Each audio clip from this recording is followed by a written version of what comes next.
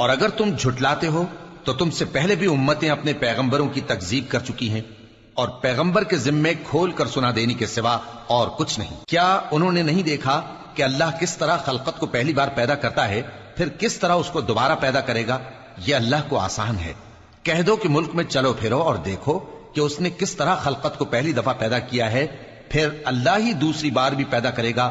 بے شک اللہ ہر چیز پر قادر ہے۔ وہ جسے چاہے عذاب دے اور جس پر چاہے رحم کرے، اور اسی کی طرف تم لوٹائے جاؤ گے۔ اور تم اس کو نہ زمین میں عاجز کر سکتے ہو نہ آسمان میں، اور نہ اللہ کے سوا تمہارا کوئی دوست ہے اور نہ مددگار۔ اور جن لوگوں نے اللہ کی آیتوں سے اور اس کے سامنے حاضر ہونے سے انکار کیا، وہ میری رحمت سے نا امید ہو گئے ہیں، اور ان کو درد دینے والا عذاب ہوگا۔ تو ان کی قوم کے لوگ جواب میں بولے تو یہ بولے کہ اسے مار ڈالو یا جلا دو، مگر اللہ نے ان کو آگ میں جلنے سے بچا لیا۔ جو لوگ ایمان رکھتے ہیں ان کے لیے اس میں نشانیاں ہیں۔ اور ابراہیم نے کہا کہ تم جو اللہ کو چھوڑ کر بتوں کو لے بیٹھے ہو تو دنیا کی زندگی میں باہم دوستی کے لیے، مگر پھر قیامت کے دن ایک دوسرے کی دوستی سے انکار کر دو گے اور ایک دوسرے پر لعنت بھیجو گے، اور تمہارا ٹھکانہ دوزخ ہوگا اور کوئی تمہارا مددگار نہ ہوگا۔ پس ان پر ایک لوط ایمان لائے، اور ابراہیم کہنے لگے کہ میں اپنے پروردگار کی طرف ہجرت کرنے والا ہوں، بے شک وہ غالب ہے، حکمت والا ہے۔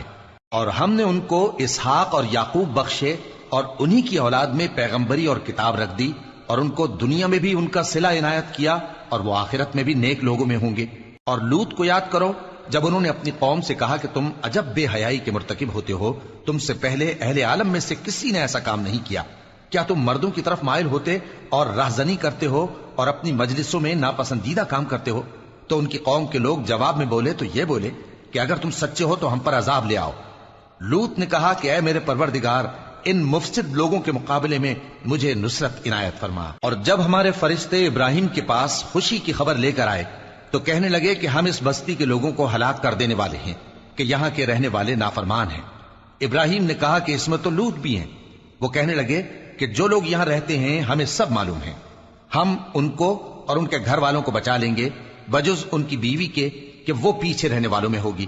اور جب ہمارے فرشتے لوط کے پاس آئے تو وہ ان کی وجہ سے ناخوش اور تنگ دل ہوئے۔ فرشتوں نے کہا کچھ خوف نہ کیجیے اور نہ رنج کیجیے، ہم آپ کو اور آپ کے گھر والوں کو بچا لیں گے، مگر آپ کی بیوی کے پیچھے رہنے والوں میں ہوگی۔